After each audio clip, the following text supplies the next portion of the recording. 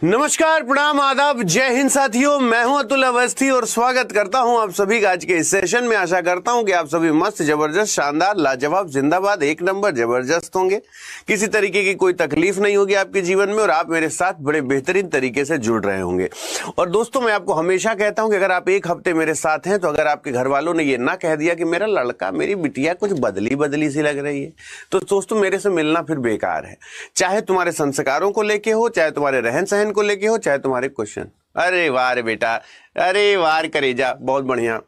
तो ये बात ये मान लो कि अगर तुम लोग जितने भी लोग हो, मैं अभी अब आप लोगों को पढ़ाना शुरू करूंगा। आप आराम से क्वेश्चन का कलेक्शन देखो, आराम से क्वेश्चन का अटैचमेंट देखो। तुमको अगर लगे, और आज मैंने ना एक नया इनिशिएटिव लिया है, अगर तुम लोग ये इनिशिएटिव बताना कि कैसा रहा, मतलब मैं ये सोचा कि जैसे तुम लोगों को रेगुलर में क्वेश्चन कराता हूं तो तुम लोग ये समझ ही नहीं पाते हो कि आज पता नहीं सर क्या क्या कराएंगे, कौन कौन सा कराएंगे, क्यों कराएंगे, है ना। कई तरीके के सवाल तुम्हारे दिमाग में होते हैं। तो आज मैंने एक नया इनिशिएटिव लिया है और मुझे बताना कि ये चीजें सही हैं या गलत। आइए यहां पर बुलाते हैं लकी को, पूछते हैं आज का थॉट ऑफ द डे क्या है। पहले देखते हैं, आज बड़ी खूबसूरत सी लाइन है, अच्छी लगे तो मुझे बताना। कहते हैं कभी वक्त और हालात पे रोना नहीं, कभी भी वक्त और हालात पे रोना नहीं, मंजिल दूर ही सही पर घबराना मत, क्योंकि नदी कभी नहीं पूछती कि समंदर अभी कितना दूर है। नदी का सिर्फ एक काम है कि अपना बढ़ते जाओ, बढ़ते जाओ, बढ़ते जाओ। तुम लोगों ने वो श्लोक सुना है, कर्मण्येवाधिकारस्ते उमा फलेषु कदाचन। इसका मतलब आज तक लोग कभी ठीक से समझ ही नहीं पाए। कभी बड़े बुजुर्गों के पास बैठना, उनसे पूछना कि ये कर्मण्येवाधिकारस्ते उमा फलेषु कदाचन का मतलब क्या होता है कि तुम कर्म चाहे जो कर लो, जैसा कर्म कर लो, कर्म अगर तुमने किसी भी तरीके का किया है उसका फल निश्चित रूप से मिलेगा। रामचरितमानस की जीवन भर में केवल 2 चौपाई पढ़ी है तो उस 2 चौपाई का भी फल तुमको मिलेगा, ये लिख के ले लो। अगर इस आज की क्लास की ना तो आज 50 मिनट बाद अगर तुमको ये ना लगे कि अच्छा हाँ हाँ हाँ यार आज तो ये बड़ा अच्छा लगा, तो तुमको हर चीज का फल मिलना ही मिलना है, ये डैम श्योर है। ठीक है ना। तो तुम कुछ भी करोगे वो चीजें तुमको मिलेगी ही मिलेगी। ठीक है ना। तो कभी भी पहाड़ों से निकलने वाली नदियां ये कभी भी किसी पत्थर से नहीं पूछती कि ये बताओ समंदर कितना दूर है। उसका काम है सिर्फ बहना और सिर्फ बहना। तो चलो मैं श्री गणेश करूं। और आज मैंने जो इनिशिएटिव लिया है वो कुछ ये लिया है कि इनिशिएटिव ये है कि आज मैंने किस टॉपिक से कितने सवाल रखे हैं ये मैं आपको दिखा दूं, ताकि आपको एटलीस्ट ये क्लियर हो जाए कि सर मैं इतने टॉपिक के क्वेश्चन आज ये करूंगा। आज एनालॉजी और सिमिलैरिटी के आपको 2 सवाल दिखेंगे, क्लासिफिकेशन के 3 सवाल होंगे, सिमिलैरिटी के 1 सवाल होंगे, कोडिंग डिकोडिंग के 2 सवाल होंगे, नंबर सीरीज के 2 सवाल होंगे, अल्फा सीरीज के 1 सवाल होंगे, डिस्टेंस डायरेक्शन एंड नॉलेज के 1 सवाल होंगे, घड़ी का 1 सवाल है, ऑर्डर रैंकिंग का 1 सवाल है, डाइस का 2 सवाल है, मिसिंग नंबर का 1, फिगर काउंटिंग का 2, वाटर इमेज का 1, सिलोगिज्म का 2, ब्लड रिलेशन का 2 और अदर 4। ये आज के सेशन की समरी है। आज इतने सवाल मैंने रखे हैं ताकि आप लोग जब ना मेरे सेशन में अंत तक जुड़े रहे तो आपको ये पता चले कि साला आज हम लोग पढ़ने क्या क्या वाले हैं। पता चला हाँ चलो चलो हम पढ़ाते हैं और आज हम कौन कौन से क्वेश्चन पढ़ाए ये आपको पता ही नहीं। तो आप ये समझ में आ गया। कल से मैंने आज सोमवार से चीजें शुरू की है कि जितने तरीके के क्वेश्चन तुम्हारे एग्जाम में पूछे जाते हैं मैं रोज आपको पहले बताऊंगा कि आज मैं पूरे 1 घंटे में क्या क्या पढ़ाने वाला हूं। तो ये सारे टॉपिक के सवाल आज मैं कराने वाला हूं और आज आप लोग 50 मिनट में ये सारे टॉपिक कवर करने वाले हैं। तो क्या ये एक नया चीज मैंने सोचा कि कम से कम रोज मैं जिन जिन टॉपिक से क्वेश्चन छांट कर लाता हूं ताकि बच्चों को यह पता रहे कि हां सर ये भी हमसे हो जाते हैं। बोलो सहमत है आप मेरी बात से? सहमत है आप मेरी बात से? तो आइए फिर श्री गणेश करते हैं, देखते हैं आज क्या कुछ है आप लोगों के लिए। पहला सवाल आपके सामने है, मैं टाइमर दे के हटूंगा सामने से, आप आराम से टाइमर देखिए और मुझे बताइए कि आंसर क्या होना चाहिए।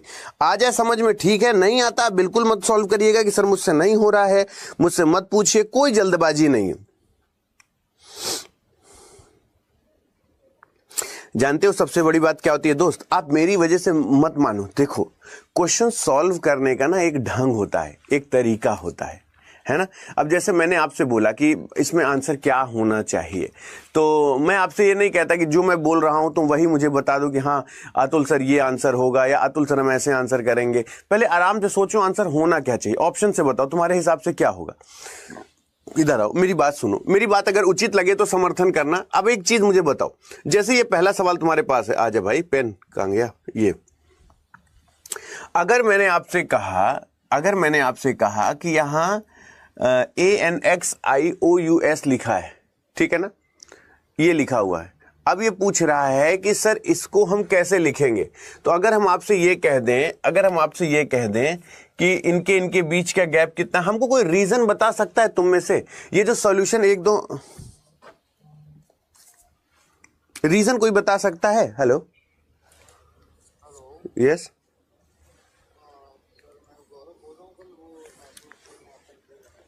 कौन? हाँ, मैं भी स्क्रीन पे हूँ सर, कि स्क्रीन की से निकल कर। तो अभी अगर मैं आपसे इसका रीजन पूछूं तो आप मुझे इसका रीजन बता सकते हो? बोलो, इसका आप रीजन मुझे बता सकते हो कि सर मेरे हिसाब से ये रीजन होना चाहिए? अगर आ जाए समझ में तो ठीक है, नहीं आता है तो कोई बात नहीं, सोच के देख लो। Yes sir, hello. कुछ इसमें मतलब मैं आई हैव नो आइडिया। अच्छा, ये जिनका बी आ रहा है, जिनका डी आ रहा है, मुझे तो यहाँ पर ना थोड़ा सा ये सवाल ही अटपटा लग रहा है। अब आप लोग मुझे बता दें कि इसमें आंसर ये, क्योंकि देखो मैं क्यों बोल रहा हूँ, यहाँ पर देखो, जैसे यहाँ पर ए लिखा है, यहाँ पर सी लिखा है, यहाँ पर एच लिखा है, एम लिखा है, ओ लिखा है और यू लिखा हुआ है। अब मेरी बात जरा गौर से समझना कि मुझे सवाल अटपटा क्यों लगा। 1 2 3 4 5 6 7 है, यहाँ 1 2 3 4 5 6 7 है, यहां तक क्लियर है। अगर मैं आपसे बोलता हूं कि देखो दो कंडीशन है, यहां पर या तो ए से ए का रिलेशन है, ए से ए का रिलेशन है, तो बी से बी का रिलेशन होना चाहिए, जो ऑप्शन में नहीं है। मेरी बात समझने की कोशिश करना। मुझे क्यों लग रहा है कि क्वेश्चन मुझे गलत लग रहा है? अगर मैं इनके बीच की गैप की बात करता हूं, देखो मैं हमेशा एक चीज बोलता हूं, तो वही चीज है ना कि बी होगा, ये होगा। एक रीजन बता दो क्यों होगा, मुझे रीजन बता दो क्यों होगा। एस के बाद यू है तो एन के बाद तो बढ़ने के लिए तुम्हारे पास एम, और क्यों होगा दूसरा? कोई रीजन है? कंप्यूटर जी तो ये कह रहे हैं। तो मेरे हिसाब से सवाल में मुझे मिस्टेक लग रही है कि अब आप अच्छा एक चीज ये भी जज करना, ऐसा नहीं कि मैंने बोल दिया कि सवाल में मिस्टेक है और आप इसे छोड़ दे। पहला ही सवाल आज मुझे कुछ गड़बड़ लगा है, तो अब आप इसका स्क्रीनशॉट एक बार रखिए और मुझे बताइए कि अगर कमेंट बॉक्स में मुझे बताना, कम से कम ये भी जजमेंट हो जाना कि अतुल सर, क्योंकि ये जो जैसा किताब में था मैंने वैसा डाल दिया। मैंने मतलब बहुत रेयर होता है कि जब मैं पीपीटी रिवाइज करता हूं। अब बताओ सच में सवाल गलत है या ऑप्शन गलत है? मेरे हिसाब से तो यहां पर ये नहीं होना चाहिए, मेरे हिसाब से ये यहां पर गलत लिखा हुआ है। आप मुझे बताइए कमेंट बॉक्स में कि क्या हम लोग इतना निर्णय ले सकते हैं? मेरे हिसाब से गलत लग रहा है मुझे। और अच्छा इसलिए भी नहीं है कि सर आप फिर गलत क्वेश्चन लाए क्यों? हाँ, मन में ये भी सवाल होगा कि सर आप गलत क्वेश्चन लाए क्यों? बेटा मैं एक किताब, जैसे मैं क्या सोचता हूं, जैसे मेरे पास एक एनटीपीसी की किताब है, तो मैं ये सोचता हूं पहले एनटीपीसी की ये किताब खत्म, कल से ये किताब शुरू। कैन यू बिलीव इट कि तुम लोग इस इंडस्ट्री का जो सबसे बड़े बड़े कोचिंग सेंटर है ना, उनकी मैक्सिमम टेस्ट सीरीज लगा चुके हो, तुम अड्डा की टेस्ट सीरीज लगा चुके हो, तुम ऑफलाइन की किताबें लगा रहे हो। तो ये कभी मत सोचना कि सर आप ये सवाल लाए क्यों। ये किताब में जैसे लिखा होता है मैं वैसे लेके आता हूं। अगर वो मिसप्रिंट है तो ये स्क्रीन पे ही मैं डिसाइड करता हूं, तुम लोग बताओ ये मिसप्रिंट है कि नहीं, और उसे कमेंट बॉक्स में आराम से बताना। ये भी नहीं कि मैं तुम्हें कह रहा हूं कि नहीं मैंने कह दिया मान लो, ठीक है ना? तो ये याद रखना, ये टाइमर ये है, ठीक है ना? ऐसे मेरे कहने पे नहीं मानना।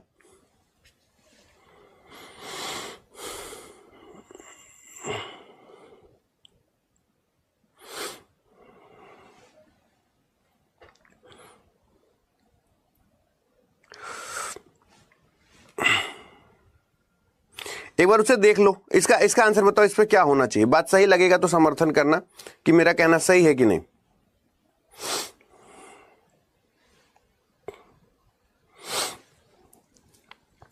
नहीं समझ में आ रहा है तो मुझे बताना कि इसका आंसर क्या होना चाहिए। और अब देखो, अगर मैंने आपसे ये बोला, अभी मैं उसको देख लेता हूं। सी का एक्स है, एल का ओ है, पी का के है, डब्ल्यू का डी है, ठीक है ना? आई का आर है, के का पी है, ई का वी है, एन का एम है, डी का डब्ल्यू है, जी का टी है, जे का क्यू है, के का पी है। ये अपोजिट है लेकिन यहां अपोजिट नहीं है। अच्छा एक बात बताओ, हाँ पहला वाला कितने लोग मान गए कि गलत है? पहला वाला कितने लोग मानते हो गलत है? पहला वाला गलत है?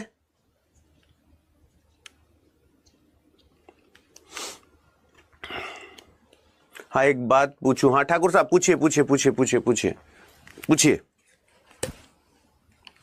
ठीक है, यहां पे ये बाकी अपोजिट है, इसको देख लो। मैं एक बार पहला फिर से करूंगा, मतलब पहला हो सकता है कि वो स्ट्राइक ना किया, वो मैं पहला फिर से करूंगा, क्योंकि अगर डायरेक्ट अल्फाबेट में रिलेशन नहीं है ना, तो एक रिलेशन और चेक करेंगे कि क्या है, उसको एक बार फिर से देखेंगे, क्योंकि इतना बड़ा ब्लेंडर भरोसा नहीं होता ना कभी कभी। और एक तो अपने पास 1 घंटे का टाइम होता है, और यह है कि मैं पहले से पीपीटी बहुत कम चेक करके आता हूं। जैसे होता है ना, कोई पहले से पीपीटी पढ़ लेता है पूरी कि लाओ देखते हैं इसका सोल्यूशन ये होगा, और पहले से सोल्यूशन देख के जाता है। दिन भर इतने लेक्चर होते हैं ना, कभी पीपीटी रिवाइज करने का टाइम ही नहीं मिलता है, तो डायरेक्ट स्क्रीन पे ही लेकर आता हूं। पहला एक बार, अगर आज लोग थोड़ा सा तुम लोग टाइम दोगे ना, पहला एक बार फिर से चेक करते हैं, है ना, क्योंकि गलत करने से पहले एक बार स्क्रीन पे ही देख लेते हैं कि क्या सच में वो गलत है। वृषभ कन्या मेष मीन के समान है, तो समूह से कौन सा अलग है? वृषभ कन्या मेष मीन के समान समूह से कौन सा अलग है? तो स्वाभाविक सी बात है, ये वो चीजें है ना जो ऑप्शन एक होता ना। हाँ, तो ये तुम्हारे स्टैटिक जीके की नॉलेज की बात। आओ थोड़ा सा एक बार इस सवाल को देख लेते हैं, और अगर ये सवाल है तो इसको एक बार लिख जरूर लेना। मेरे हिसाब से देखो, मेरे हिसाब से, क्योंकि मुझे पता है मेरा दिमाग क्यों खटक रहा है। मेरे एक बात मेरे सुन लो, मेरे दिमाग में क्यों आ रहा है, क्योंकि किसी चीज को गलत करने से पहले हम लोग सोच ले। एक बार इधर आ जाओ। अच्छा, ये सवाल तुमको याद रहेगा अगर मैं इतना रायता हम लोगों ने फैला लिया। सोचो, मुझे भी एक बार सोचने पे मजबूर हो गया मैं, यहाँ पे क्या हो रहा है। ये देखो, मेरा दिमाग इसलिए खटका क्योंकि ये 1 है, ये 3 है, ये 8 है, ये 9 है, ये 13 है, ये 15 है, और ये 21 है। मेरा दिमाग इसलिए खटक रहा है कि सारा नंबर बढ़ता हुआ क्रम में है, सारा नंबर बढ़ता हुआ क्रम में। मतलब मुझे लगता है कि इसका एक स्पेशल अरेंजमेंट करके ये सारा नंबर बढ़ता हुआ क्रम में है। तो किसी चीज को छोड़ने से अच्छा है, क्योंकि अभी मैंने ACH मुझे याद आ रहा था, आगे का तो नहीं याद था, लेकिन नेक्स्ट सवाल कर रहा था तो मुझे ACH यानी 1 3 8 9 13 इस तरीके से आगे बढ़ रहा है। तो इसका मतलब है कि हो सकता है इसका एक स्पेशल अरेंजमेंट करके सारे अल्फाबेट को असेंडिंग ऑर्डर में लिख दिया हो। बोलो, सारे अल्फाबेट को असेंडिंग ऑर्डर में लिख दिया हो। तो अगर हमें पैटर्न ना भी समझ में आए, पैटर्न अगर ना भी समझ में आए, तो हम ये कर सकते हैं कि सर देखो, 7 के बाद यहां पर 4 आ रहा है, ठीक है ना, 7 के बाद यहां पर 4 आ रहा है। अगर यहां पर 7 के बाद यहां पर 5 आ रहा है, सर यहां पे 7 के बाद 5 आ रहा है, तो ये आंसर नहीं होना चाहिए सर, ये आंसर नहीं होना चाहिए, ये आंसर नहीं होना चाहिए। सारे अल्फाबेट बढ़ते क्रम में लिख दीजिए। 4 है, 5 है, 5 है, 5 है, 7 है, 13 है, 25 है। इस वजह से पहला सही हो जाएगा। देखा, ऐसे नेक्स्ट मत किया करो बेटा, हर दिन एक जैसा नहीं होता है। अगर किसी दिन किसी सवाल में ऐसा नहीं, अभी सर हम पहले ही सवाल पे पहुंचे, ऐसा नहीं है। अगर कभी मुझे भी ऐसा लगा कि नहीं हम गड़बड़ छोड़ देते तो कैसे काम चलता। अगर ये सारे नंबर बढ़ते हुए क्रम में है, 1 3 8 9 13 15 21, यानी सारे अल्फाबेट बढ़ रहे हैं, तो यहां पर ये देखो ना, इसमें अल्फाबेट सारे बढ़ रहे हैं, ना इसमें ना इसमें। यहां पर 4 के बाद 5, 5 के बाद 7, 7 के बाद 13, 13 के बाद 25, ठीक है ना। अब ये आया कहां से, ये आप डिसीजन ले सकते हो कि सर यहां पर अगर हम A को A लिख दें, ठीक है ना, N है तो N को मान लो यहां पर N कहीं है, N है यहां पर, तो N का मान लो अपोजिट M कर दिए, इसका अपोजिट C कर दिए, क्योंकि यहां पर C है और यहां पर कहीं C नहीं है, तो अपोजिट से ही C आ सकता है, ठीक है ना। तो I को I रहने दिए, O को O रहने दिए, U है तो U को U रहने दिए, ठीक है ना, S को H कर दिए। अब यहां पर इसी चीज को उसने बढ़ते हुए क्रम में लिख दिया, यानी इसको रिवर्स लिखा है, इसको रिवर्स लिखा है, और इसको रिवर्स लिखा है, बाकी एज इट इज कर दिया है, ठीक है ना। तो अगर मैं कह रहा हूं ये मुझे नहीं समझ में आया, तो मेरे दिमाग में स्ट्राइक नहीं किया, सोचो मैंने नेक्स्ट किया तो हल्का सा मुझे स्ट्राइक किया कि ACH सारा बढ़ रहा है, तो क्यों ना मुझे ऐसा लगता है कि किसी स्पेशल अरेंजमेंट को बनाने के बाद उसने सबको बढ़ते हुए क्रम में लिख दिया। एक स्पेशल अरेंजमेंट बनाया, फिर सबको बढ़ते हुए क्रम में लिख दिया। आप मेरी बात समझ रहे, आप मेरी बात समझ रहे। तो ये चीजें याद रखना, क्योंकि ये चीजें ना मैं तुम लोगों के सामने ही आके सॉल्व करता हूं। अगर ये कभी भी हो तो ये चीजें एक बार देख लेना,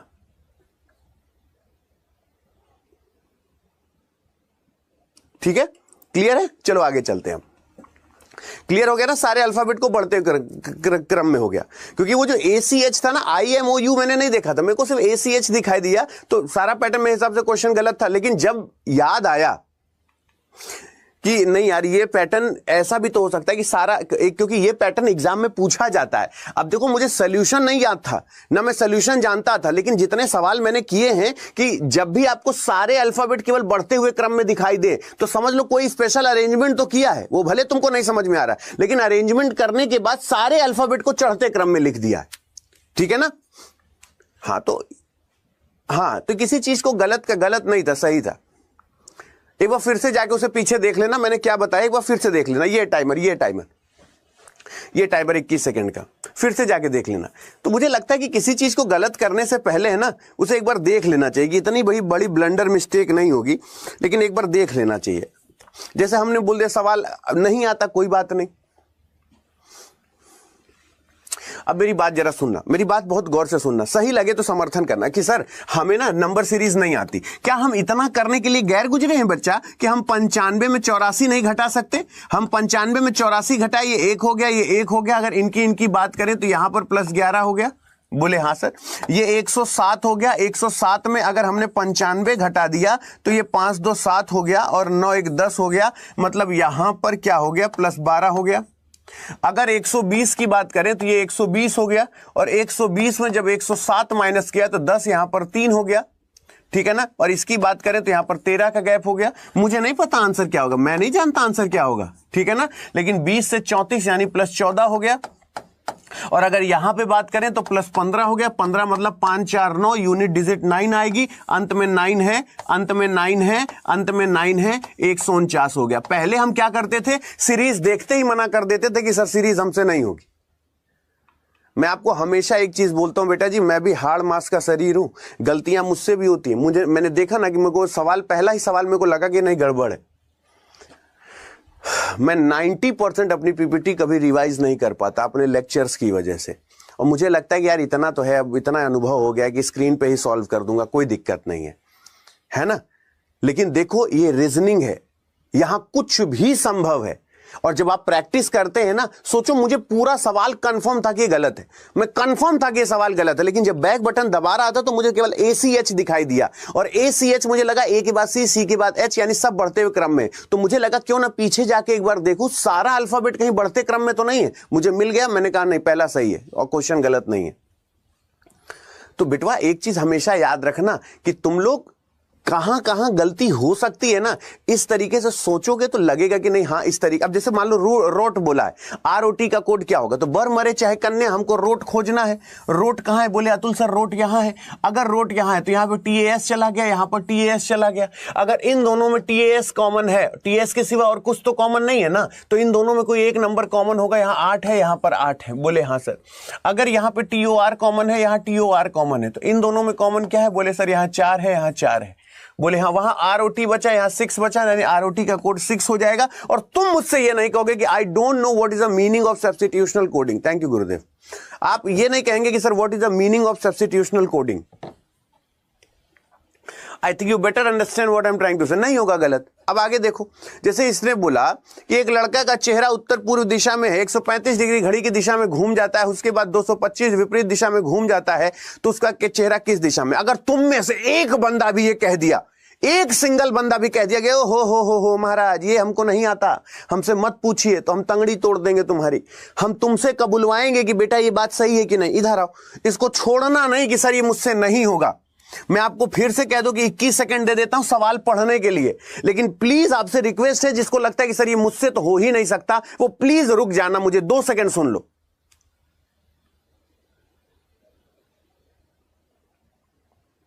थैंक यू धीरज। बस भैया आप लोगों का ऐसे ही प्यार मिलता रहे तो मैं राजा हो जाऊंगा। कोशिश करता हूं कि आप लोग रीजनिंग को आसान से और आसान बना लो। इधर आओ, सुनो मेरी बात तो सुनो। ए बेटवा मेरी बात सुनो। देखो इसके 2 तरीके हैं बेटा, इसके 2 तरीके हैं, है ना। जैसे तुम ऐसे ऐसे कर लो ना, एक चीज मुझे बताना, मैं तुमको दोनों ट्रिक बताऊंगा, अगर अच्छी लगे तो मुझे एक बार शेयर जरूर करना कि अतुल सर मजा आ गया। देखो बेटा एक बार ये ईस्ट है, ये तुमको 2 ट्रिक बताऊंगा मैं, अगर तुम लोगों का समर्थन हो तो मुझे बताना। ये तो डायरेक्शन जानते हो ना बेटा, ये तो डायरेक्शन जानते हो ना, इसमें अतुल अवस्थी की जरूरत नहीं है ना। अगर बेटवा हम तुमको ये कह दें, जैसे ये देखो बेटवा, ये देखो, जैसे उस समय इसका मुंह कहां है, उत्तर पूर्व दिशा में है, इस समय उसका कहां है, नॉर्थ ईस्ट, मतलब लड़का यहां पर खड़ा है, ए बेटा मेरी बात सुन लो। बस अगर मैं आपसे ये कह दूं कि बेटा 225 में 135 घटाओ, 225 में 135 घटाओ, कितना आएगा बेटा, ये 0 और 9 3 12, 90 आएगा ना बेटा। और इन दोनों में बड़ा कौन है बेटा, 225 डिग्री बड़ा है ना। तुम लोग ये सॉल्व करके देख लेना बेटा, आंसर नॉर्थ वेस्ट आएगा। तुम चाहे सॉल्व करके देख लेना, मैं सिर्फ 90 डिग्री घूम के बता सकता हूं कि आंसर नॉर्थ वेस्ट आएगा। और अभी मैं दोनों तरीके समझाऊंगा तुमको, दोनों तरीके समझाऊंगा। नॉर्थ वेस्ट आएगा, आप भी शायद एक बार चेक कर लीजिएगा, मेरे हिसाब से नॉर्थ वेस्ट ही आना चाहिए, ठीक है ना। वो नॉर्थ वेस्ट क्यों आएगा मैं आपको दोनों तरीका बताता हूं, अच्छा लगेगा तो मेरा सपोर्ट करना। चलो अभी छोड़ दो इसे, नॉर्थ वेस्ट आएगा, चेक कर लेना, नॉर्थ वेस्ट आएगा। चलो नहीं भी आएगा तो हम एक बार आपको दिखाएंगे, लेकिन आ रहा है तो मुझे बताना कि हाँ सर नॉर्थ वेस्ट आ रहा है। सुनो मेरी बात, पहले हम मैनुअली करके दिखाते। कभी भी ऐसा सवाल आ जाए, बोले हाँ गुरुजी, अगर कोई बंदा नॉर्थ ईस्ट में खड़ा है, बोले हाँ सर कोई नॉर्थ ईस्ट में खड़ा है, तो पहले एकदम सूखा सूखा जानो, एकदम मोटा मोटा, विदाउट एनी छीछा लेदर।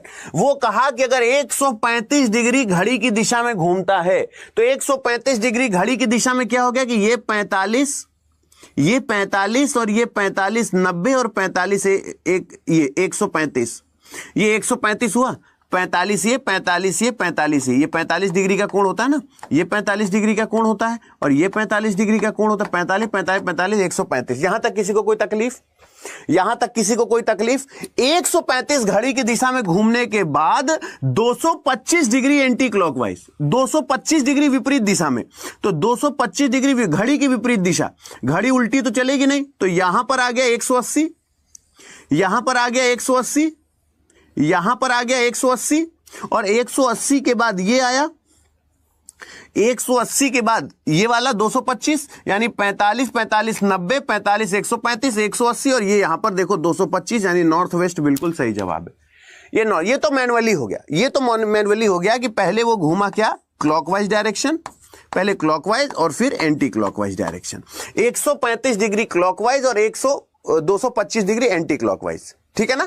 तो ये तो कंफर्म हो गया। लेकिन अब एक चीज बताना कि सर इसको ट्रिक से कैसे करेंगे, तो बेटा कभी भी तुमको एंगल के सवाल आ जाए तो सारा क्लॉकवाइज एक तरफ, सारा एंटी क्लॉकवाइज एक तरफ। अगर मैं तुमको 2 कॉलम बनाने को कहूं बेटा मेरे, जैसे मैंने तुमको 2 कॉलम बनाने को कहा, बहुत प्यार से समझना, बिल्कुल गलत नहीं होगा बेटा। अब जैसे मैंने तुम्हें 2 कॉलम बनाने को कहा, एक क्लॉकवाइज बेटा हो गया, एक एंटी क्लॉकवाइज हो गया। बोले हाँ सर, तुमको कुछ नहीं करना, जितनी बार क्लॉकवाइज घुमा है वो उठा लो वहां से। बोले सर 135 डिग्री क्लॉकवाइज घुमा है, ठीक है बेटा कोई बात नहीं, 225 डिग्री एंटी क्लॉकवाइज घुमा है, ये 225 डिग्री एंटी क्लॉकवाइज घुमा है। बोले हाँ सर, अब एक काम करना है तुमको, क्लॉकवाइज माइनस एंटी क्लॉकवाइज करना है, यानी क्लॉकवाइज और एंटी क्लॉकवाइज को आपस में घटा दो, मतलब पॉजिटिव वैल्यू लाना, दोनों को घटा दो, 135 को घटा दो, आंसर 90 डिग्री आया। मतलब अब इन दोनों में बड़ा कौन है? तुमको कभी भी जितना क्लॉकवाइज लिखा हो एक तरफ लिख लो, जितना एंटी क्लॉकवाइज लिखा हो एक तरफ लिख लो, और इन दोनों को आपस में घटा लो, और जो आंसर आए उसको घूमना किधर है, जिसकी वैल्यू बड़ी हो, या तो एंटी क्लॉकवाइज की या तो क्लॉकवाइज की। इन दोनों में वैल्यू किसकी बड़ी है? यहां पर एंटी क्लॉकवाइज की बड़ी है, तो उसकी स्टार्टिंग पोजीशन क्या थी? ये थी, और यहां से अगर तुम 90 डिग्री भी घूमोगे तो आंसर यही आएगा। और 90 डिग्री में एंटी क्लॉकवाइज क्यों घूमा? क्योंकि 135 और 225 में बड़ा कौन है? 225। तो जो बड़ा हो उसकी दिशा में घूम जाओ, जो बड़ा हो उसकी दिशा में घूम जाओ। अब आप मेरी बात समझे नहीं समझे? एक बार मैं फिर से बता रहा हूं, ये तो मैंने लाल वाला जो बताया मैनुअली बताया कि 135 डिग्री एंटी क्लॉकवाइज, 225 डिग्री, लेकिन अगर सारा क्लॉकवाइज एक तरफ, सारा एंटी क्लॉकवाइज एक तरफ, और दोनों को आपस में क्लॉकवाइज और एंटी क्लॉकवाइज को माइनस कर लो, तो तुम्हें एक आंसर आएगा। वो घूमना किधर है? जब जोड़ने पर, अभी इसमें कुछ जोड़ने को था नहीं, तो एक सिंगल वैल्यू थी, तो दोनों में बड़ी वैल्यू किसकी है? एंटी क्लॉकवाइज की। तो इन दोनों को घटाने पे जो आंसर आया है, उसकी जो पोजीशन दे रखी है, ये उत्तर पूर्व दिशा जो दे रखी है, वहां से उतनी दूर एंटी क्लॉकवाइज, तो तुम केवल 90 डिग्री खोज के भी आंसर निकाल सकते थे। ठीक है ना, ये बात याद रखना। ठीक है, सहमत हो? हाँ देखो, आपस में कुछ भी तुम लोग मैसेज या आपस में कुछ भी बात करो, मेरे राडार में मत आना, क्योंकि मैं ना, जब मेरा मूड खराब होता है तो बिना मतलब में मेरे मुंह से कुछ ऊट पटांग निकल जाए, और कहते हैं भगवान पता नहीं क्यों जबान पे सरस्वती विराजमान होती है। तो ऐसी हरकतें मत करना यार, मैं तुम लोगों को बहुत चाहता हूं। एक घड़ी 1 बजे एक बजे एक बार, 2 बजे 2 बार, 3 बजे 3 बार, इस तरह आगे चलते तो 24 घंटे में कुल कितनी बार बजेगी? ये है तुम्हारा सवाल। हो 1 घंटे में 1 बार, 2 घंटे में 2 बार, 3 घंटे में 3 बार। ये सवाल बहुत पुराना है बेटा, ये सवाल बहुत ही पुराना है, ये बहुत ही पुराना है।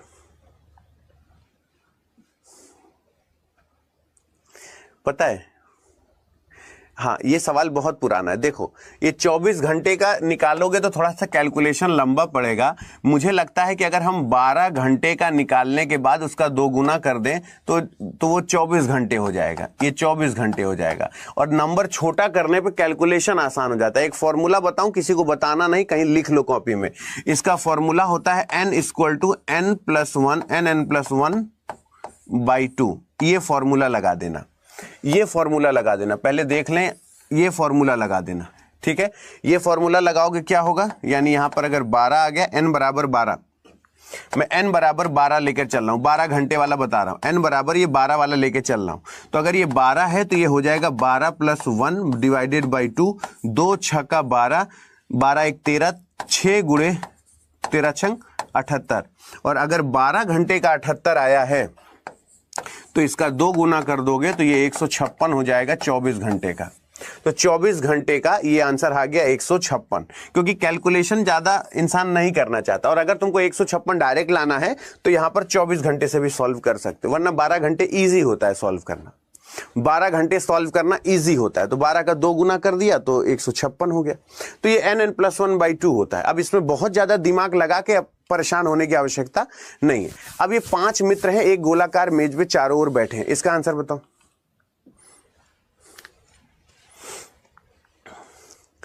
पांच मित्र हैं जो गोलाकार मेज पर बैठे हुए हैं,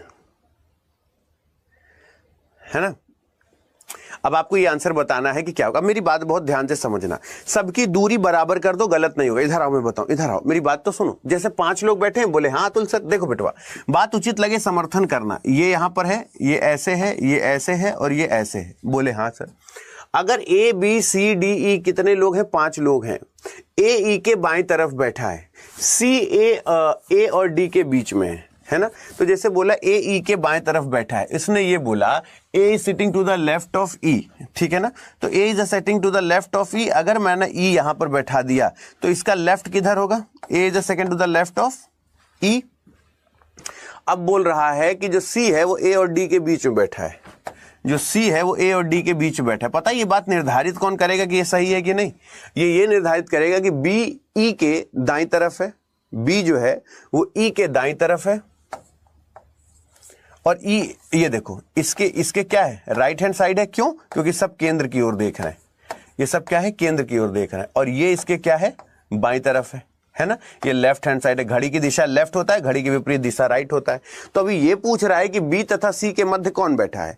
B और C के मध्य D बैठा हुआ है। B और C के बीच में कौन बैठा है? B और C के बीच में D बैठा है। ये देखो आंसर आ गया। तो हम क्यों इतना छीछा लेदर मचाएं कि सर हमको सिटिंग अरेंजमेंट नहीं आता, सर हमको ये नहीं आता। अब तुमको एक चीज बड़े अच्छे से पता है कि एक एक्सट्रीम बड़ा नंबर है 2 छोटे नंबर के बाद। मैं आपको पूरी स्वतंत्रता देता हूं, आप इसे करके दिखाओ। पूरी स्वतंत्रता देता। अगर नहीं होता तो एनटीपीसी के बारे में सोचना बंद कर दो। और ये मत सोचना कि तुम्हारे एनटीपीसी को 3 महीना अभी बचे हैं। मैं अभी आपको गिनवा दूंगा कि 3 महीना बचे भी है कि नहीं। इसका आंसर बताओ।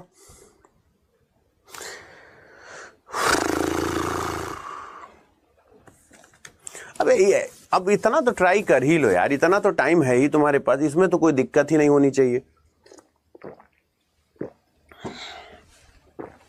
अब तुमको ऐसा नहीं लगता? मुझे ये बताओ, ये 2 का स्क्वायर है, 3 का स्क्वायर, ये 4 और 9, ये क्या हो गया? 13। 4 का स्क्वायर, 5 का स्क्वायर, 16 और 25, ये क्या हो गया? 41। 6 का स्क्वायर यानी ये हो गया 36, ये हो गया 49। 9 6 15, 4 3 7 1 8, यानी ये क्या हो गया? 85। बिल्कुल सही जवाब है। तो ये मत कहना कि सर ये मुझसे नहीं हुआ। अब जैसे बोला एक के अब एक का अपोजिट तो पूछा नहीं है, तो चलो एक काम करते हैं कि ऊपर गलती से कुछ लिख दिया होगा, हम इसे पूरा ही सॉल्व कर देते हैं। जैसे हमने पूछा इन दोनों में क्या होगा, तो बोले सर यहाँ पे कॉमन D है और यहाँ पे भी कॉमन D है, तो घड़ी की दिशा में घूम जाते हैं। कॉमन जब अलग अलग पे होता है तो घड़ी की दिशा में घूम जाते हैं। तो DCA हो गया, यानी DCA हो गया, यहां से घड़ी की दिशा में घूमे DCA हो गया, और यहाँ पे DFB हो गया, यानी DFB। चाहे तुम जिसका पूछ लो, मिसिंग हमें पता नहीं है तो C का F है, A का B है, ठीक है ना। चाहे जिसका पूछ रहा होगा, E का पूछेगा तो मिसिंग हमेशा कॉमन के पीछे चला जाता है, मिसिंग हमेशा कॉमन के पीछे चला जाता है, तो उसकी कोई कहानी ही नहीं, ठीक है ना। क्योंकि ऊपर गलत लिखा था तो मैंने कहा चलो पूरा निकाल लेते हैं। अब एक चीज मुझे बताना, अब ये निर्णय तुम लोग लेना कि सिलॉग तुम लोगों का क्यों गलत होगा। अगर मैंने आपसे बोला कि सम क्वेश्चन आर आंसर है, तो अगर मैंने आपसे बोला कि सम क्वेश्चन आर आंसर है, सम क्वेश्चन आर आंसर है, ऑल आंसर आर रॉन्ग है, पूरा आंसर क्या है, रॉन्ग है, सम रॉन्ग आर करेक्ट है, सम रॉन्ग आर करेक्ट है। अगर ये एक डायग्राम बन गया, मेरे कहने से नहीं मानना, क्या अतुल अवस्थी पढ़ा रहे बेटवा, पहले सुन लो मेरे लाल। Some question are answer, all answer are wrong, और फिर बोला है सम रॉन्ग आर करेक्ट। अब ये बोला है सम रॉन्ग आर क्वेश्चन, क्या सम रॉन्ग आर क्वेश्चन है? बोले रॉन्ग का कुछ पार्ट तो क्वेश्चन है, बिल्कुल सही है। अगर पहला सही है, अगर पहला सही है तो ओनली सेकंड नहीं होगा, अगर पहला सही है तो ओनली थर्ड नहीं होगा। बोले हाँ सर।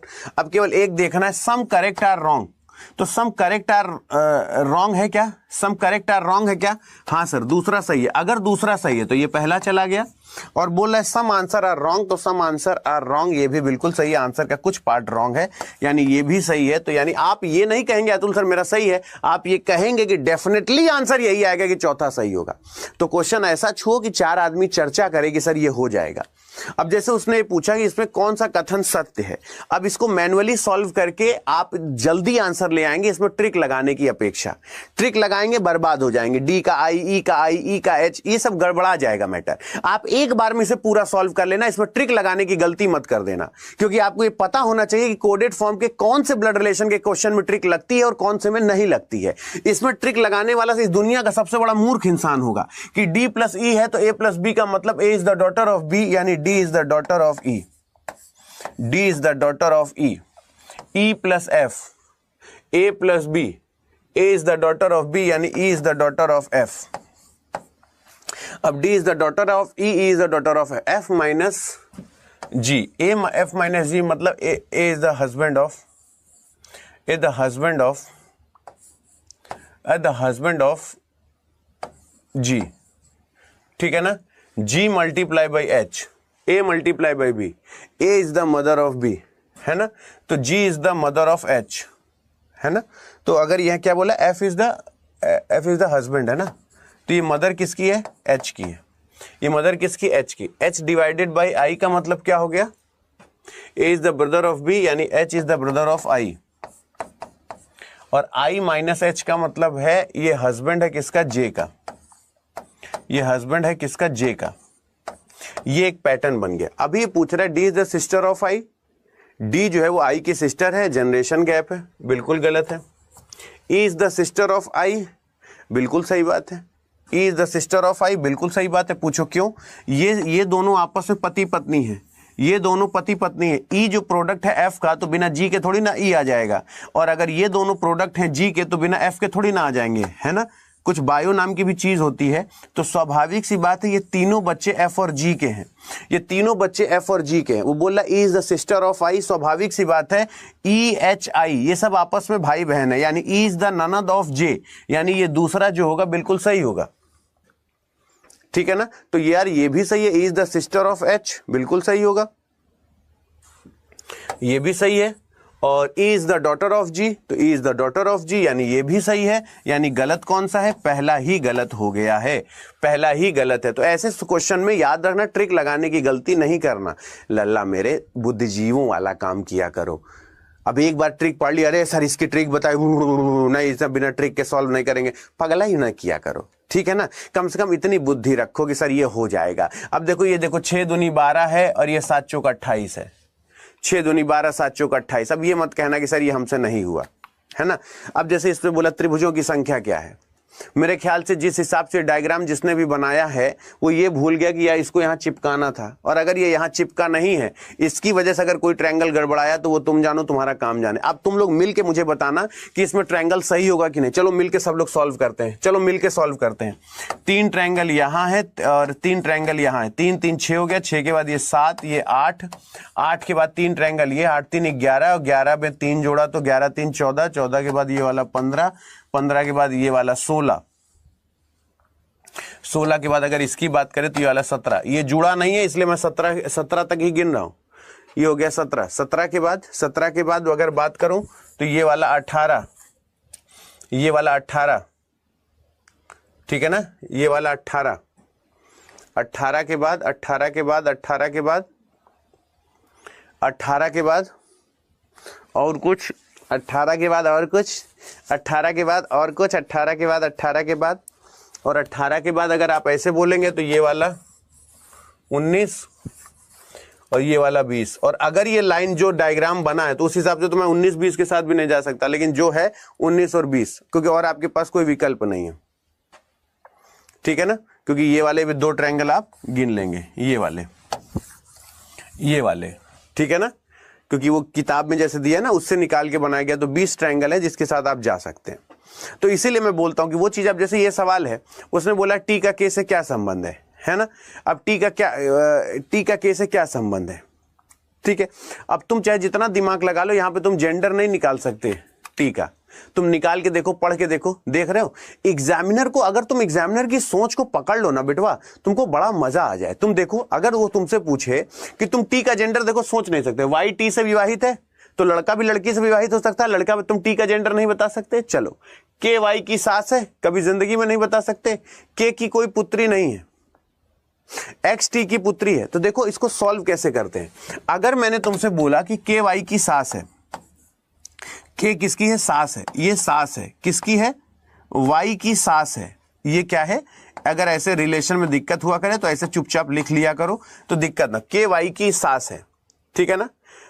के की कोई पुत्री नहीं है, तो स्वाभाविक सी बात है के का एक पुत्र होगा, उसकी ये शादी होगी और उसकी ये बहू होगी, ठीक।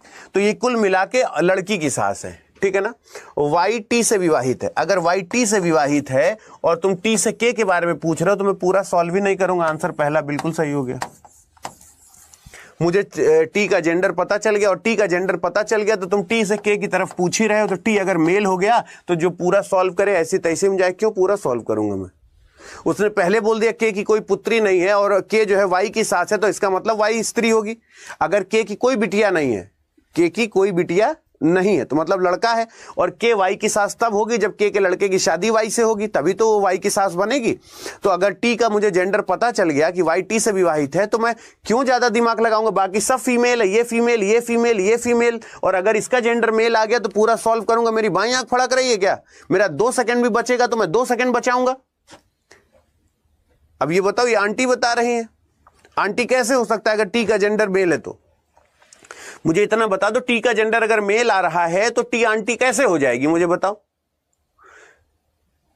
अगर मैं, वैसे तो तुम अगर बोलो, उसने बोला कि टी के से किस प्रकार संबंधित है, तो टी तो के का दामाद है, उस हिसाब से तो ऑप्शन गलत है ना भाई। अगर तुम मुझे क्वेश्चन बोलोगे तो मैं क्यों ऐसे बता देता हूं।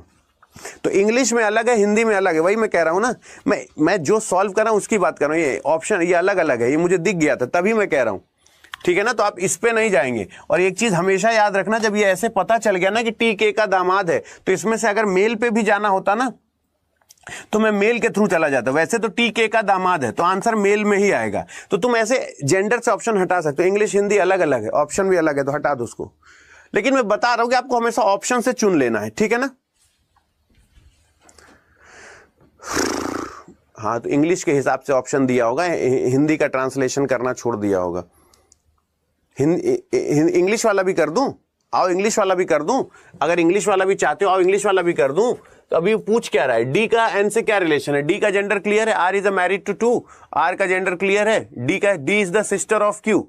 अगर D is the sister of Q that's mean D क्या है, फीमेल है, डी फीमेल है, और आर मेल हो गया तो डी फीमेल है, तो यानी ये आंसर नहीं होगा। अब आओ, अगर ऐसे सॉल्व करना है ऊपर वाला सॉल्व कर लो। कोई डरता है क्या किसी सवाल से। ऐसे इज हस्बैंड ऑफ क्यू, ये हस्बैंड है, और किसके हस्बैंड है, क्यू के हस्बैंड है। हिंदी इंग्लिश दोनों सॉल्व कर लो, हमारे पास 2-2 सवाल हो गए एक ही क्वेश्चन में। D is the sister of Q, D is the sister of Q, D is the sister of Q, ये दोनों आपस में बहनें हो गई। R is married to do, R is married, ये R is married to D, R is married to D, यानी ये दोनों पता है एक ही कंपनी से ठगे 2 व्यक्ति हैं। किसी ने मेरे पूछा कि साढ़ू भाई किसे कहते हैं, ये दोनों आपस में बहने हैं। अब आप समझ जाओ कि जूनिया में किसी ने पूछा साढ़ू भाई किसे कहते हैं। जब भारत के 2 स्वतंत्र नागरिक को एक ही आदमी डस ले तो उन दोनों को आपस में साढ़ू भाई कहते हैं। कोई आपसे पूछे साढ़ू भाई कौन है, तो भारत के 2 स्वतंत्र नागरिक को डसने वाला एक व्यक्ति, ठीक है ना। तो R is married to D, ये हो गया। M is the father of R, M is the father of R, M is the father of R, N is the daughter of Q, N is the daughter of Q. How is the D related to N? D का N से क्या relation है? तो उसकी मौसी तो हुई, ये दोनों आपस में बहनें हैं, इसकी बिटिया ये मौसी हुई कि नहीं? इसकी ये मौसी हुई, यानी आंट बिल्कुल सही जवाब है। तो हिंदी का ट्रांसलेशन नहीं हुआ था। तो अरे यार ये सीना ठोक के कहो ना, जब भारत के दो स्वतंत्र आदमियों को एक ही आदमी डस ले, ठीक है ना। जानते हो, मुझे बस ये लगता है ना कि जैसे रिकॉर्डिंग क्लास कहने वाले लोग, बस मुझे ये चीज लगता है जैसे ये कह के खुश हो गया, ये इसलिए रिकॉर्डिंग लिख रहा है कि देखना भी सर से मजा लेते हैं, देखो ये क्या क्या बोलते हैं, बस मैं रिकॉर्डिंग क्लास मैसेज करूंगा, देखना सर क्या क्या मैसेज करेंगे। ये लोग ये भूल जाते हैं कि एक आदमी अगर बड़ी मेहनत से पढ़ा रहा है, ठीक है ना, और अगर सोचो कि एक अध्यापक है वो दिल से बद्दुआ दे दे कि बेटवा तुम जिंदगी भर रिकॉर्डिंग लिखते रहोगे, जा आज के बाद तुम्हारा जिंदगी में कुछ नहीं होगा। मैं ऐसा कह नहीं रहा, लेकिन अगर सोचो मैं दिल से कह दिया तो ब्रह्मा भी नीचे, भोले भी नीचे उतर आए ना, भगवान शिव भी नीचे उतर आए, तो तुमको तुम्हारा कल्याण कोई नहीं करा सकता। और इतनी बद्दुआ लेने के बाद भी अगर तुमको लगता है कि तुम जीवन में सफल हो जाओगे तो उस दिन मैं नौकरी छोड़ दूंगा। इतने साल से हम भी हैं, ठीक है ना। तो ये जो लोग ये जो सोचते हैं ना कि अरे सर ये तो मैं ऐसे कर दिया, सर ये कर दिया, तो पहली बात तो मुझे ऐसा लगता है ना कि जो क्लास को हैम्पर करते हैं, जो बच्चे मन लगा के पढ़ रहे हैं, उनके साथ ये आके ना जब क्लास हैम्पर करते हैं तो ये भूल जाते हैं कि अगर टीचर ने, भाई तुम ऑनलाइन हो ना, हम तुम्हें देख सकते हैं ना, तुमको हम सुन सकते हैं। अगर हम दिल से कह दी जा बेटा रिकॉर्डिंग क्लास, तुमको सिर्फ रिकॉर्डिंग मैसेज करना, भगवान करे कि अगर मेरे जबान पे सरस्वती विराजमान हो, तुमको बर्बाद होने से ईश्वर भी ना रोक पाए, तो तुमको ब्रह्मा बचा पाएंगे? नहीं बचा पाएंगे ना। मैं इसीलिए कहता हूं पढ़ो लिखो चाहे बाद में, लेकिन कम से कम अगर मन से पढ़ना है तो आओ, वरना क्लास में मत आओ। बात समझ में आ रही है कि नहीं? बिना मतलब में अगर मान लो कहीं तुम अंड बंड कुछ आपस में बात कर रहे हो और किसी टीचर ने कुछ कह दिया, तो बाद में ये पीछे कमेंट है, बाद में पता चला कि मुझे खुद में बुरा लगता है कि बताओ ये सब छोटे भाई बहन है, अगर मैंने कुछ बोल दिया और ये सच में बर्बाद हो गए तो इसमें फिर क्या ही मतलब है। अब लेकिन कुछ डिजर्व करते हैं तो हम क्या ही बोले बेटा, तो डिजर्व करते हो तो लो सुन लो ढंग से। मुझे हमेशा लगता है कि तुम लोग ना ये तैयारी जिसकी कर रहे हो 45-50 हजार से ज्यादा नहीं पाओगे। ये नहीं कि करोड़ों रुपए सैलरी पा जाओगे, 1.5-2 लाख रुपए सैलरी पा जाओगे, बहुत ज्यादा पाओगे 45,000 50,000। लेकिन एक नशा होता है गवर्नमेंट जॉब, जिसे पूरा करना चाहिए, है कि नहीं। चाहे जितना बड़ा आदमी, उसको बीड़ी का नशा है, तो चाहे जितना बड़ा अधिकारी हो, चाहे जो, वो छुप के बीड़ी पिएगा। इसको पैसे से नहीं आंका जाता सरकारी नौकरी को, ये एक नशा है। लेकिन जो लोग करते हैं उनको पता है कि नौकरी क्या होती है। और मुझे बस सिर्फ यही बुरा लगता है कि बताओ जिन बच्चों को पता चला, क्योंकि देखो हम लोग ऑनलाइन जो पढ़ाता है ना, उसको पता है कि वो एक कंटेंट 4 बार रिपीट नहीं कर सकता है, ठीक है ना। उसको पता है कि उसको रोज रोज क्वेश्चन छांट के कहां से लेकर आने, ठीक है। तो मैं आपको इसीलिए बोलता हूं कि कम से कम अगर उसने कुछ बोल दिया और भगवान ना करे कहीं फलीभूत हो गया, तो सोचो घर वाले अपनी कोख पे मां बाप सोचेंगे कि ये लड़का पैदा होते ही क्यों नहीं मर गया। समझ रहे हो कितना बुरा मैं। तो कभी भी मैं बार बार आपसे बोलता हूं कि किसी की भी क्लास करो, चाहे मेरी करो, दुनिया में किसी यूट्यूब चैनल करो, नहीं क्लास करना चले जाओ, लेकिन कभी किसी टीचर से मजे लेने की कोशिश करना कि देखो मैं अभी इनको ये मैसेज करूंगा, देखना भी ये करूंगा। मैं भगवान कसम कह रहा हूं कि कौन किस मूड में है, किस समय किसके जबान पे, कोशिश किया करो कि लोगों की बद्दुआओं से बचा करो, वरना कर्मा रिटर्न्स, ये सब जानते हैं। तो मैं आपको बार बार सिखाता हूं कि नौकरी नहीं मिलेगी तो तुम अपना सर्वाइवल चला लोगे। बहुत ज्यादा टफ नहीं होता है जिंदगी में पैसा कमाना, 50 हुनर है कमाने के। लेकिन अगर किसी के जबान पे सरस्वती विराजमान है, कोई टीचर कह दिया जा बेटा अगर आज तक मैंने जितना पढ़ाया है, भगवान ने इतना पुण्य बनाया होगा, तो उस पुण्य की सौगंध है कि तुमको नाश होने से ब्रह्मा नहीं बचा सकता। तो सोचो तुमको कौन ही है जो तुमको सिलेक्शन दिला पाएगा। अभी मैं किसी का नाम लेके कुछ कह नहीं रहा हूं, मान लो अगर मैंने ऐसा किसी के लिए भी कह दिया तो उसको वो सिर्फ अपनी एक छोटी सी हरकत के चक्कर में अपना पूरा ये मानव जीवन नाश कर लेगा। और आशीर्वाद फलीभूत होता है। बागेश्वर धाम बाबा हैं तो तुमको पता चल ही गया होगा, दैवी शक्तियां तो होती हैं। और कोई अध्यापक अगर दिल से बद्दुआ दे दे तो तुमको बर्बाद होने से ईश्वर नहीं रोक सकता। तो नहीं पढ़ना तो मत करो क्लास, नहीं आना क्लास में मत आओ। लेकिन किसी टीचर ने अगर ऊट पटांग कुछ बोल दिया और वो कहीं फलीभूत हो गया तो भगवान कसम तुम अपने आप को कभी माफ नहीं कर पाओगे। तो इसलिए मैं हमेशा समझाता हूं कि संस्कारों को सबसे ऊपर रखा करो। अभी तुम लोग फंसे नहीं हो चीजों के चक्कर में, इसीलिए अभी नए नए हो, पैदा हुए, जुम्मा 4 रात बीता है तो अभी सोचते हो सब कुछ बहुत आसान है। -2 और इसे -2 करोगे तो बस और अगर इसकी बात करें -2 और 19 में -2 जाएगा अगर ई के बाद सी है, और अच्छा नहीं, थोड़ा सा नंबर गैप है, 5 के बाद 3 है तो -2 है, फिर ये है तो मेरे ख्याल से y है तो BAZ, फिर -3 का गैप है, -3 का गैप है, फिर y के बाद 19 है तो फिर 6 का गैप है, 6 के बाद फिर तो 11 आ जाएगा, तो यानी ये चला गया। हमेशा एक चीज सिखाता हूं, इंसान अच्छा बनो, नौकरी मिलेगी वाह वाह, नहीं मिलेगी तो कहीं तुम बर्बाद थोड़ी ना रहोगे, कहीं ना कहीं कुछ ना कुछ अच्छा करने के लिए तैयार रहोगे, लेकिन कम से कम एक अच्छा इंसान बनो जो तुम्हारे हाथ में। नहीं पढ़ने में मन लगता तो लोग इस चीज को बर्दाश्त कर लेंगे, लेकिन कोई आदमी तुम्हारे माँ बाप से कहते कि तुम्हारे लड़के जैसा घिनौना लड़का इस दुनिया में कोई नहीं है, वो माँ बाप को बर्दाश्त नहीं होगा। जिस दिन मूड ना हुआ करे मत किया करो क्लास, कोई जबरदस्ती नहीं है।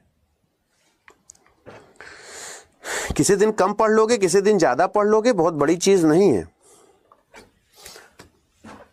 हमेशा ऑप्शन से क्वेश्चन सॉल्व किया करो। देखो 3 2 5, 18 2 20, 5 2 7, 1 2 3, 20 2 22, 9 2 11, 15 2 17, 14 2 16, +2 +2 +2 +2 +2 हो रहा है, यानी यहां पर +2 हो रहा है। ठीक, तो अगर ये +2 हो रहा है तो हम ये कह सकते हैं 8 2 10, यानी जे आना चाहिए, और जे यानी 10 आएगा, मतलब ये वाला ऑप्शन चला गया।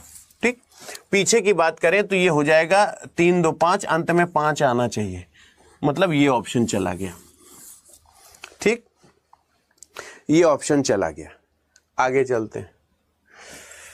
अब ये है 14 2 16, अब जैसे आएगा 14 2 16 और यहां पर 61 लिखा हुआ है, मतलब ये चला गया, तो ऑप्शन ही बता देगा कि गलत कौन सा। पूरा सॉल्व ही नहीं करना है, पूरा सॉल्व ही नहीं करना है।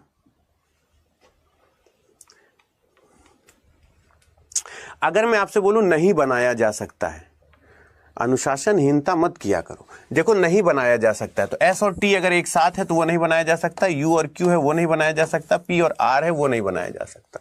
तो अगर मैं आपसे ये बोलता हूं तो जरा समझना कि अगर कौन सा है जो नहीं बनाया जा सकता, मतलब U और Q नहीं बनाया जा सकता, S और T नहीं बनाया जा सकता, तो S और T जहां एक साथ हो गए वो नहीं बनेगा, क्योंकि अपोजिट कभी एक साथ नहीं हो सकते। ये अपोजिट कभी एक साथ नहीं हो सकते, ये बात याद रखना। अपोजिट कभी एक साथ नहीं हो सकते, ये बात याद रखिएगा, ठीक है ना। अपोजिट कभी एक साथ नहीं हो सकते, पहला ही होगा, ठीक है ना, पहला ही होगा। ठीक है, गलत लिखा है, SQR तो है SQR, ये सब बनाया जा सकता है, पहला नहीं, गलती से चौथा लगा है, पहला नहीं बनाया जा सकता, पहला जो है नहीं बनाया जा सकता। एक बार फिर से देख लो, S और T यहाँ एक साथ है, S और T अपोजिट है, ये नहीं बनाया जा सकता। अपोजिट कभी एक साथ नहीं हो सकते, ऑप्शन गलत है, वो पहला ही सही होगा, ठीक है ना। अब जैसे T से W बोल रहा है, T से W बोल रहा है, अब बताओ यहां पर T से W बोल रहा है, मेरी बात सही लगेगा तो समर्थन करना। T से W के बीच में, T से W के बीच में अगर ये वाला साइन आ गया है और एक ही दिशा में है तो ये कभी कंसीडर नहीं होगा। आंसर आएगा T is less than or equal to W, है ना। तो ये देखो T is less than or equal to W, यानी पहला सही है, पहला सही है, पहला सही है तो ओनली सेकंड नहीं होगा, पहला सही है तो नाइदर नॉर नहीं होगा, ठीक है। अब बोला C is greater than or equal to M, अब अगर C से M की तरफ जाएंगे तो ये देखो साइन पलट गया है, ये देखो साइन, इसका मुंह इधर और इसका मुंह इधर, ऐसे ऐसे करके साइन हो गया है। और जब साइन आपस में पलट जाता है तो उसके बीच कोई रिश्ता नहीं होता, यानी दूसरा गलत हो जाएगा। तो बोथ फॉलो तो ऑप्शन होगा नहीं, बोथ फॉलो ऑप्शन होगा नहीं, तो गलत होने का कोई चांस ही नहीं है, ठीक है ना। तो कल से अब आप लोगों को मैं ये बता के चलूंगा कि मैं कितने क्वेश्चन कराऊंगा, और दूसरी सही बात कि आज मैं क्वेश्चन में क्या क्या लाया हूं।